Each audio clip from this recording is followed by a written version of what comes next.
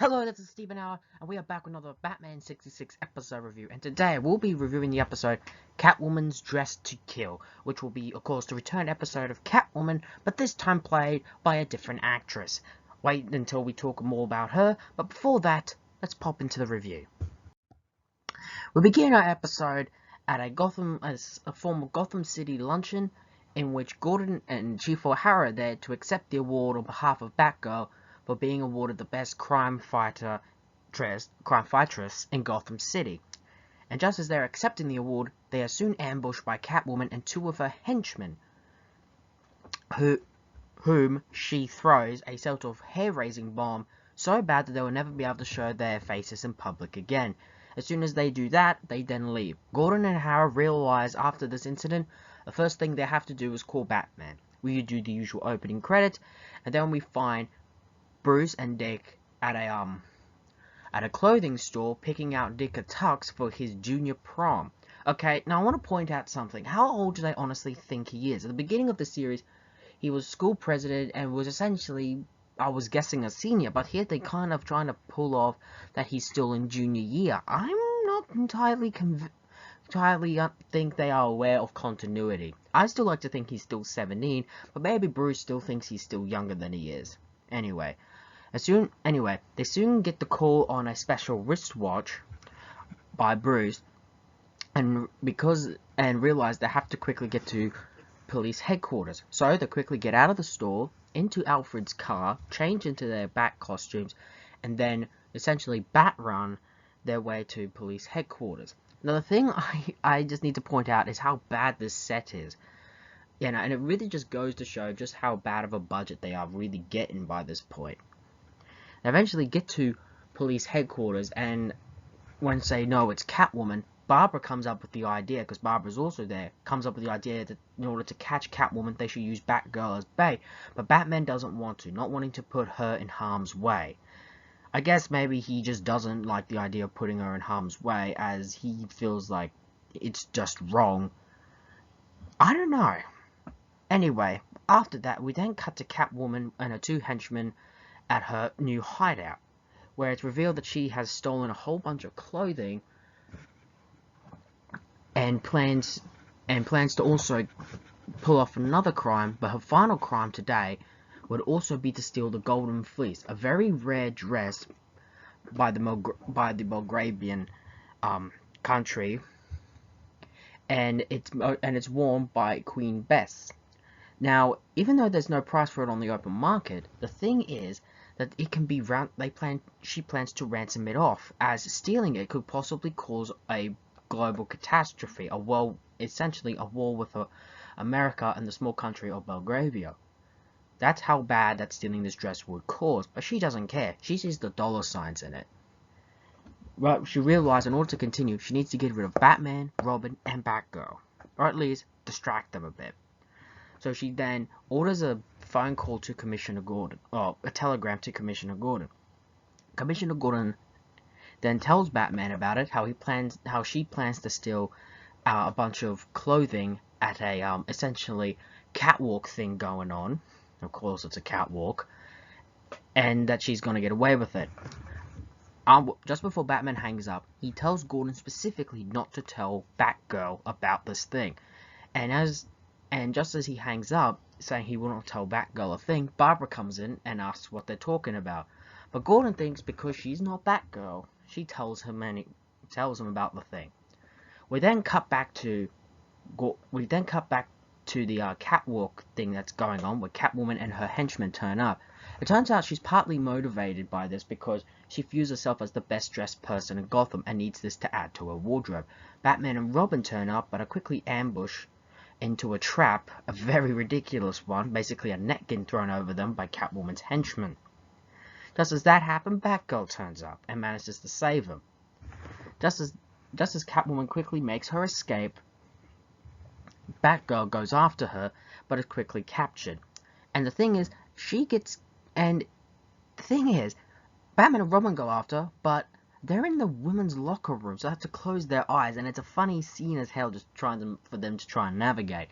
But they realize Catwoman is gone by now with Batgirl, and they're just concerned what's going to happen next. We then cut back to Catwoman and her henchmen planning out their next caper on how to steal the Golden Fleece, and as a result, they put Batgirl on a treadmill saw intended to kill her. We then cut back to Batman and Robin at the Batcave, still trying to figure out what Catwoman's endgame is, realizing she's been stealing some valuable gold, like clothing. It has to be connected. They then come to the logical conclusion that she's after the Golden Fleece, and how stealing this could start a war, as it is a dress made of pure gold, and essentially the country would go over to the hill just to get it back because it's such a national treasure. Realizing that, they then head to Gordon's office and explain the whole thing. Just as that happens, they get a phone call from Catwoman, who is revealing that Batgirl is tied up and a buzzsaw is slowly getting towards her on Pussyfoot Road. Batman and Robin and Gordon, Chief O'Hara, realize that they are in a dilemma. Either A, if they go after the Golden Fleece to prevent Catwoman from getting it, Batgirl dies. But if they go out after Batgirl, Catwoman gets away with the Golden Fleece. Realizing the predicament, they send Gordon and Chief O'Hara to get to the consulate to at least distract the Queen, who's coming, the Queen Belgravia. Realizing that their only choice is to call out Alfred, as Pussyfoot Road is not that far from Wayne Manor. They explain the whole thing, but they tell him to go in a disguise, so that way he won't be recognized, and Batgirl can make the connection of Batman and Robin's real identity. But they have to take the chance, otherwise Batgirl will die. And then we then get this funny scene of how essentially Batgirl is saved by Alfred as he's dressed up as a hippie. I don't know how Alan Napier was able to keep a straight face throughout the whole thing. It's funny as hell. We then cut back to the essentially the consulate, where the people of Belgravia are, where Catwoman and her henchmen ambush her and essentially knock them out. We then see Gordon and Chief O'Hara come, and essentially her henchmen, now pretending to be Belgravian guards, and Catwoman pretending to be the Queen of Belgravia, asks where Batman is, and he says they're delayed. He then reveals herself to be Catwoman, and orders her henchmen to fight off Police Commissioner Gordon, Chief O'Hara. But just as that happened, Batman turns up. Boy, I would have loved to see Gordon O'Hara actually have a smile and actually fight off the henchmen, but let's be honest, we want to see Batman and Robin do the fighting. But just as she thinks that they have, abandoned Batgirl, Batgirl just happens to show up, and we get a really fun bat fight. It's not groundbreaking, but it's fun overall. It ends, of course, with the usual henchmen getting knocked out and Catwoman being taken away. We end the episode with Chief O'Hara, Commissioner Gordon, Batgirl, Robin, and Batman all receiving a Medal of Honor by the Belgravian Embassy in Police Commissioner Gordon's office. But just as that's about to happen, they did get a call from the Bonnie, Gordon's secretary, of something happening. They then used the closed-circuit television to find out it's Egghead and Olga. Yep, they are back. And what they're up to, find out in the next episode. Okay, I like the idea of, first off, the idea of having Alfred dress up as that hippie. God, that's just one of the best moments, and it's another reason why he's such a favorite character on the show. And how Batman and Robin don't want Batgirl to get involved, probably because they don't want to get her harmed. But it's also been slightly hinted about insecurity. I don't feel it's personally that, but I just feel they just don't want her to get harmed. And of course, Batgirl, I think we find out more why she does this. It's more for the thrill, but also to be close to Batman rather than anything else. And of course, Gordon and O'Hara do very little to the plot, and essentially and we could have gotten a scene with them fighting. Again, nothing changes with those two. In fact, it rarely does, and it's a rarity if it ever did. But of course, let's talk about the villain. Catwoman is back, ladies and gentlemen, this time portrayed by Eartha Kitt, and this actress should be familiar, at least by voice.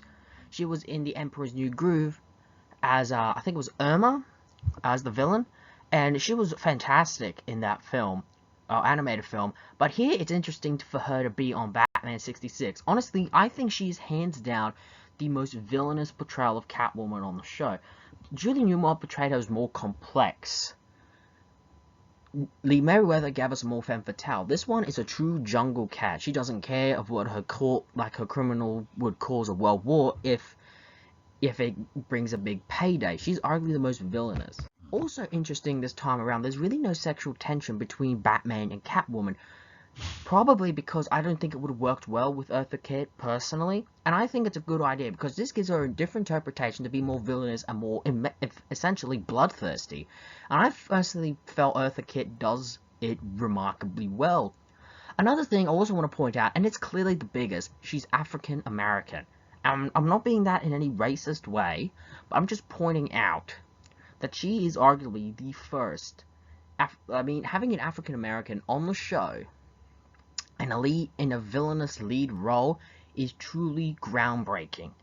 And I'm really glad we got a chance for her to be this more villainous. I personally like it. It's a completely different interpretation, and this is a more menacing interpretation. Even Julie Newmar, who could be menacing sometimes, compared to Eartha Kitt, she's a saint. And I really feel that Eartha Kitt really does this role absolutely fantastically.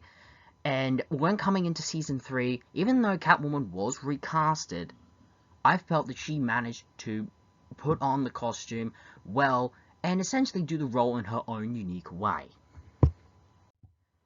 Next week, of course, well, next week's episode, as they would usually say, Egghead and Olga will be returning. I like that they're back this soon. Again, it's good we have Egghead back, and of course, with her teaming still with Olga, I guess the two partnerships just really worked, and I guess the producers and people just loved having the two. Can't wait to see what we got with them. Catwoman's Dressed to Kill is, for me, a really okay episode.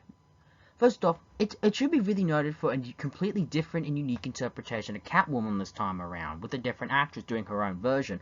I also like the idea that she doesn't care about causing this world predicament if it means, a big payday. But also, the fact that she's a little obsessed with, having all these fancy clothing to be added to her wardrobe. She feels herself to be the most well-dressed woman of society, is really well. And I think it could also be tied into her, African-American background of how being like an outcast and all that. I feel really just makes it work. Again, they don't explicitly state it in the episode or in the whole of Season 3 with this version, but I like it nonetheless.